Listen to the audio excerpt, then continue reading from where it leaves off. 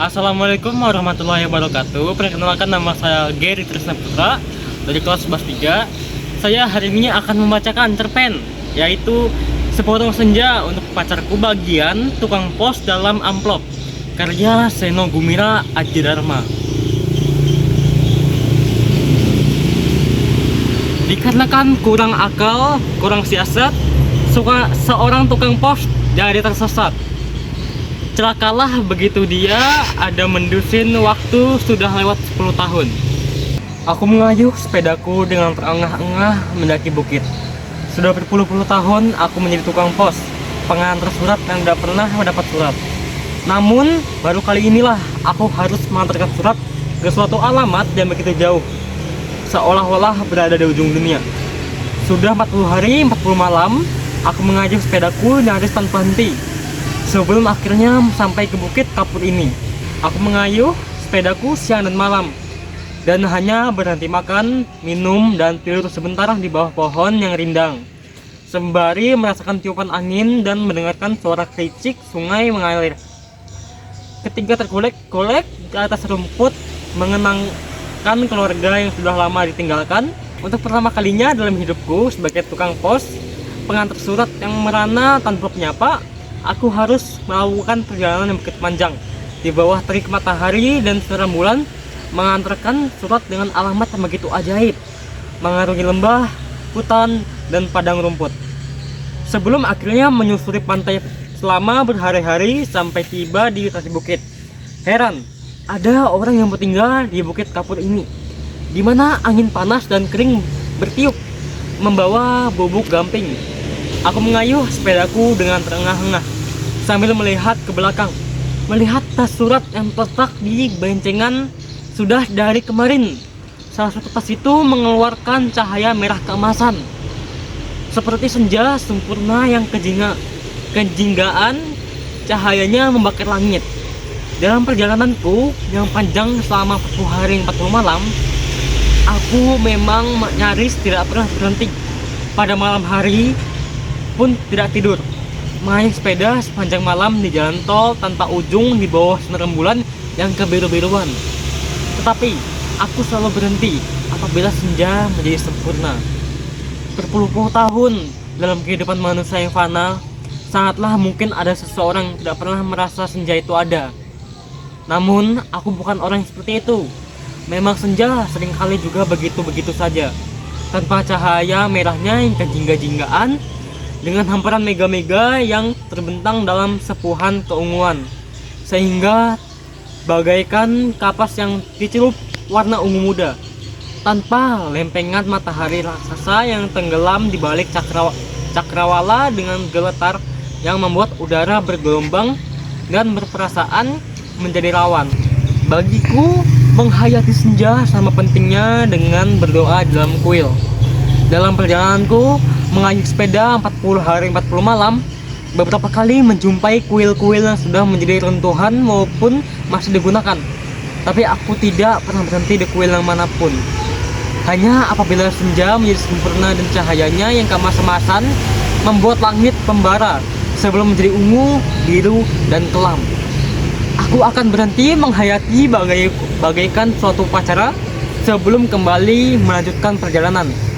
Makanya aku sungguh mengenal cahaya senja keemas-emasan dari tas surat di boncengan. Aku hanya heran, bagaimana mungkin ada cahaya senja yang merah kejingga-jinggaan bisa memancar dari dalam tas surat di bukit ini. Akhirnya aku berhenti. Penasaran juga rasanya melihat tas surat yang memancarkan cahaya seperti itu. Apalagi cahaya memancarkan itu seperti berbisik dan memanggil-memanggil. Semua surat sudah kuantar ke berbagai pelosok bumi. Aku telah mengantarkan surat-surat kepada pelosok seorang tukang pedati. Aku menyampaikan surat itu ketika pedati yang ditarik seekor kuda itu masih berjalan mengelilingi bumi. Kata orang, pedati itu sudah berjalan selama 1000 tahun dan tidak sampai-sampai juga. Pedati itu sudah mengelilingi bumi sampai 40 kali sehingga setiap orang mengenalnya. Itu baru saja lewat, kata seseorang ketika aku tanya. Aku juga telah mengantarkan surat kepada seseorang pengemis yang paling susah dicari, karena surat kepadanya sama sekali tidak beralamat tapi aku ditugaskan menyampaikannya juga. Buset, aku tidak pernah menemukannya kalau bukan pengemis itu sendiri yang menyamaku di sebuah kedai arak di tepi jurang. Kau bawa surat untukku, katanya. Mantap. Ku ambil suratnya. Anda pengemis termiskin di dunia? Ya, itulah aku, kata pengemis. Kau lihat pengemis termiskin di dunia itu, ia tidak mempunyai tangan, tidak punya kaki, tidak punya hidung, dan tidak punya mata. Tapi ia ditandu 4 perempuan pengemis yang jelita. Letakkan di sini, katanya sambil membuka mulutnya. Kuletakkan surat itu di mulut yang lantas menggigitnya. Kemudian aku juga membawa surat-surat untuk para pelacur dalam perahu. Aku menunggu perahu mereka lewat di kelokan sebuah sungai sampai 3 hari lamanya sebelum bisa menyampaikan 17 surat mereka. Kini tinggal surat terakhir yang rasanya tiba-tiba menjadi berat sekali. Anak-anak desa yang sedang mengembala kambing ikut berkerumun ketika aku mengambil surat dari dalam tas di boncengan. Cahaya, cahaya, teriak mereka. Mereka berkumpul dan menatapku dengan mata bertanya-tanya.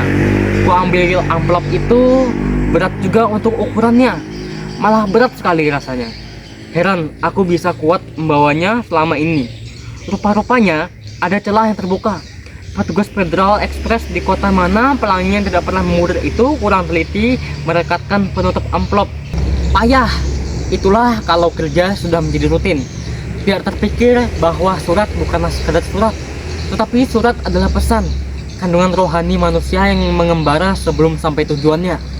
Sebuah surat adalah sebuah dunia di mana manusia dan manusia bersua. Itulah sebabnya sebuah surat harus tutup rapat, pribadi dan rahasia, dan tak seorang pun berhak membukanya. Masalahnya, surat ini sekarang sudah terbuka, dan akulah yang tidak sengaja menengok ke dalam bagaikan langsung tersihir. Awas pak, jangan masuk, itu senja. Anak-anak itu berteriak. Aku tidak ingin masuk, tapi aku tersedot ke dalamnya. Seperti mimpi sadar rasanya.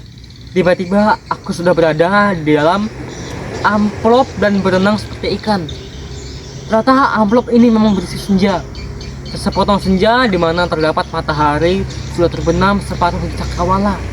Tetapi di dalam amplop itu semesta adalah dunia air dan aku menjadi ikan yang bisa bernapas dengan insang. Aku menjadi manusia ikan. Sekarang aku sudah tahu bahasa ikan. Di dalam dunia air aku mendengar banyak sekali suara-suara yang setelah aku perhatikan ternyata adalah kata-kata. Ikan ini adalah penyair. Mereka bertukar kata dengan puisi yang tak terjemahkan dalam bahasa manusia. Samudra mengenangi semesta. Matahari senja yang terbenam separuh dan tidak turun itu karena pergerakannya terhenti ketika senja ini terpotong. Juga terbenam dan cahaya senjanya yang merah-merahan membuat dasar lautan ini menjadi jingga. Aku berenang dalam lautan jingga dan melihat segala hal yang biasanya tampak di muka bumi terendam air.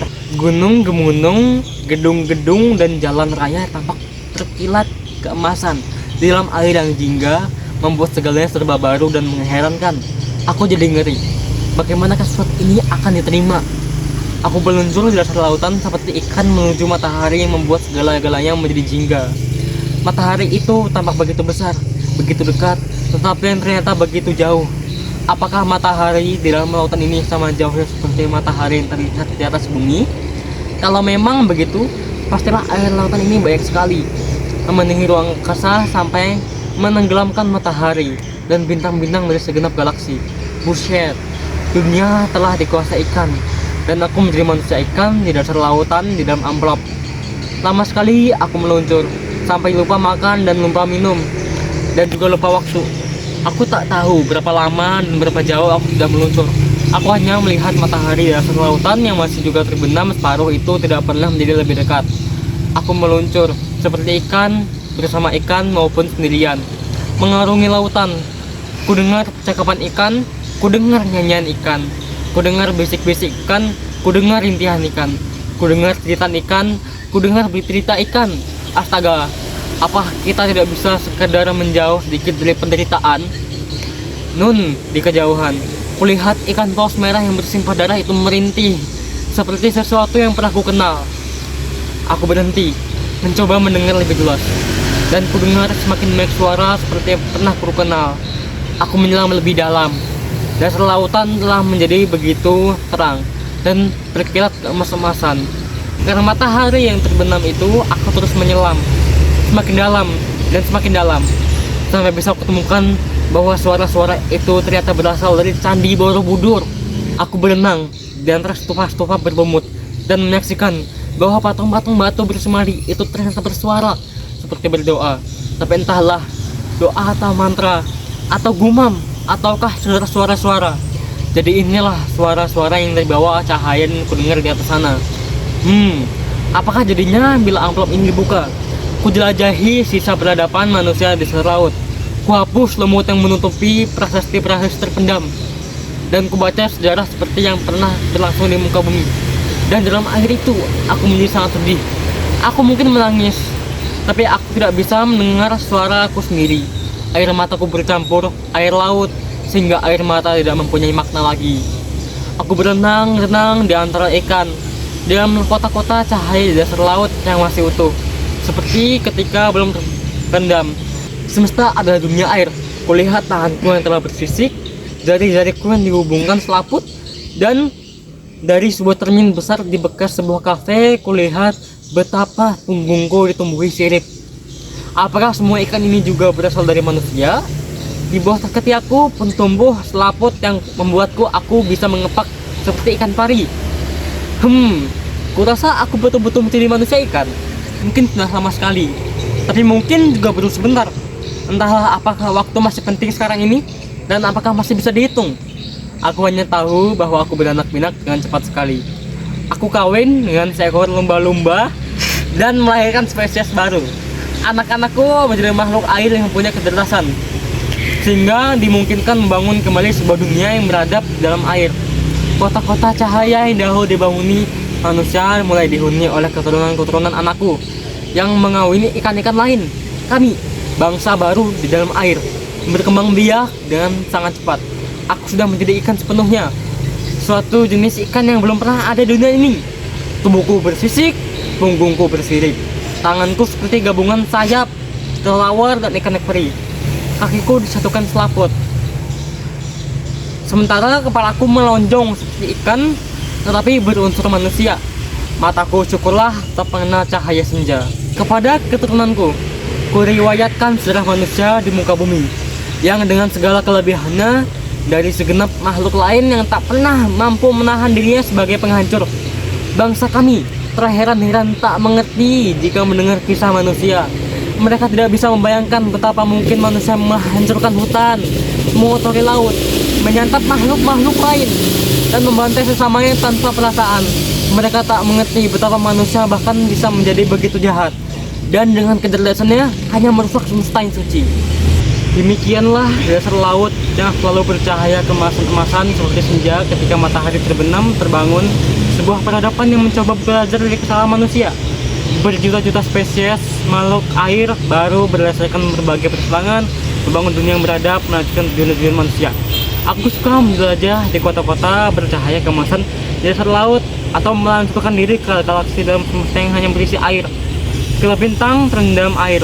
Semesta adalah air. Dunia adalah air yang bergelimang dengan cahaya senja dari matahari yang terbenam separuh. Pastilah perjalananku lama sekali. Ku tahu di luar amplop ini ada seseorang menunggu surat. Tapi aku hanya merasa sulit mengambil keputusan karena aku bukan hanya menemukan, melainkan membangun kehidupan baru. Kalau aku keluar lagi dari amplop, aku hanya akan kembali menjadi tukang pos yang harus mengantarkan surat ke sana kemari. Lagi pula, aku tidak akan tahu jalan kembali. Dari semesta air ini, aku tidak melihat sesuatu yang merupakan jalan keluar. Sembari berenang di antara bintang, aku terkenang di depanku sebagai tukang pos maupun keluargaku yang tinggalkan. Apakah yang terjadi dengan duniaku selama aku menjadi manusia ikan? Air mataku titik. Tetapi apalah artinya air mata di dunia yang terdiri dari air? Dalam sebuah pertemuan, aku sampaikan kepada mereka bahwa dunia ini berada dalam sebuah amplop. Mereka terkejut, dan aku berusaha keras membuat mereka mengerti. Ketika akhirnya mereka menjadi paham, mereka semua menjadi sangat sedih. Kami mengira semesta begitu luas, bahkan tak terbatas, karena sepanjang sejarah kehidupan kami selalu ada cakrawala di depan pencapaian-pencapaian kami. Ternyata dunia kami hanya sebesar amplop. Kalau begitu, apa yang kami mengerti selama ini adalah semu. Kami tidak suka hidup dalam dunia yang semu. Kami ingin hidup dalam dunia sebenarnya. Tapi kalau kalian tidak bisa hidup tanpa air, kami tidak peduli. Lebih baik kami mati dalam kenyataan ketimbang hidup dalam sesuatu yang semu. Kalau begitu, kita semua akan mati. Kenapa? Karena tidak kita ketahui lebih banyak daripada yang kita ketahui. Dan yang tidak kita ketahui itulah yang akan menjadi penyebab kematian kita semua. Walaupun begitu, tidak apa-apa, kata mereka. Kalau begitu, kalian tidak belajar apa-apa. Untuk apa semua ini dibangun kalau hanya ingin mengulangi bencana yang sama? Apakah kalian harus menyerah dalam hidup di dalam amplop? Pengetahuan itu dibangun setapak demi setapak. Kalian tidak bisa meloncat begitu saja keluar amplop tanpa tahu apa yang akan kalian hadapi di luar amplop itu. Aku yang dari sana saja tidak tahu bagaimana caranya kembali. Semenjak itu, hampir semua makhluk air yang memiliki kecerdasan itu mencari jalan-jalan untuk keluar dari amplop. Setiap gua ada terusan ditelusuri.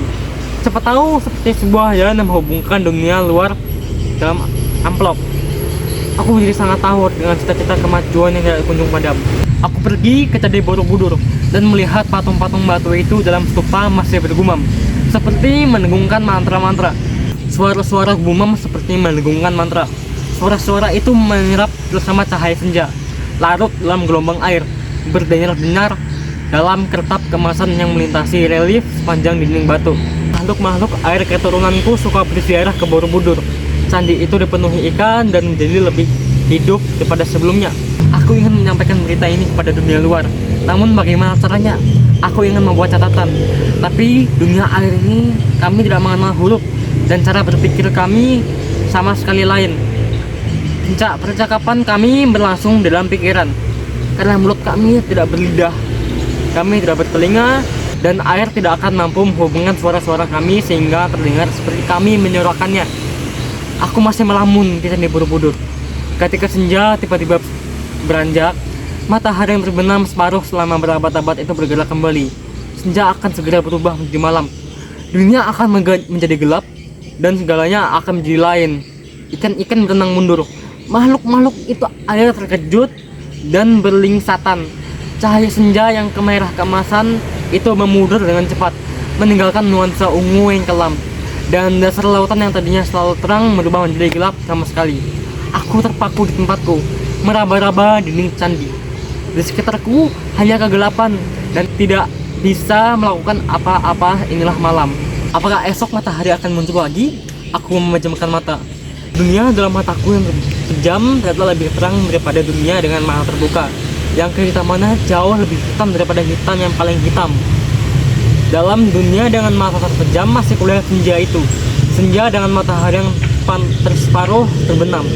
Pada saat itu mataku terpejam. Itulah aku dengar suara memanggil-manggil. Pak, sudah aku bilang kan, jangan masuk ke amplop itu. Di dalamnya ada senja. Kulihat orang-orang mengerumuniku. Seragam tukang pos yang kukenakan masih basah kuyup. Aku tergeletak di dekat sepedaku yang tergolek dengan roda berputar. Aku bangkit sendiri. Kulihat orang-orang sekitarku, mereka menatapku dengan mata berbinar-binar. Bapak masih seperti dulu ketika ke dalam amplop itu. Pada 10 tahun lamanya Bapak berada dalam amplop. Bapak tidak bertambah tua. Anak-anak itu sudah menjadi remaja. Mereka belum meninggalkan desa ini. Kulihat amplop itu kupungut dan kuretakan kembali tutupnya yang terbuka. Masih ada basah air di bagian luarnya. Kumasukkan kembali amplop itu ke dalam tas surat. Lantas kuberdirikan sepedaku. Kuperhatikan sepeda itu agak berubah. Pak, selama Bapak ada dalam amplop, sepeda itu kami pinjam untuk main-main. Tidak apa-apa ya Pak. Habis Bapak lama sekali di dalam. Selama itu, sepeda itu sudah baik sekali berjasa Pak. Ada perempuan hamil yang diantar pakai sepeda itu ke dukun beranak di tepi danau. Terima kasih Pak. Dan sekali lagi maaf ya, kami semua belajar naik sepeda, memakai sepeda itu Pak. Terima kasih. Harap maklum Pak, di daerah sini kami hanya mengenal kambing dan kerbau Pak. Jadi kami penasaran sekali melihat sepeda Bapak.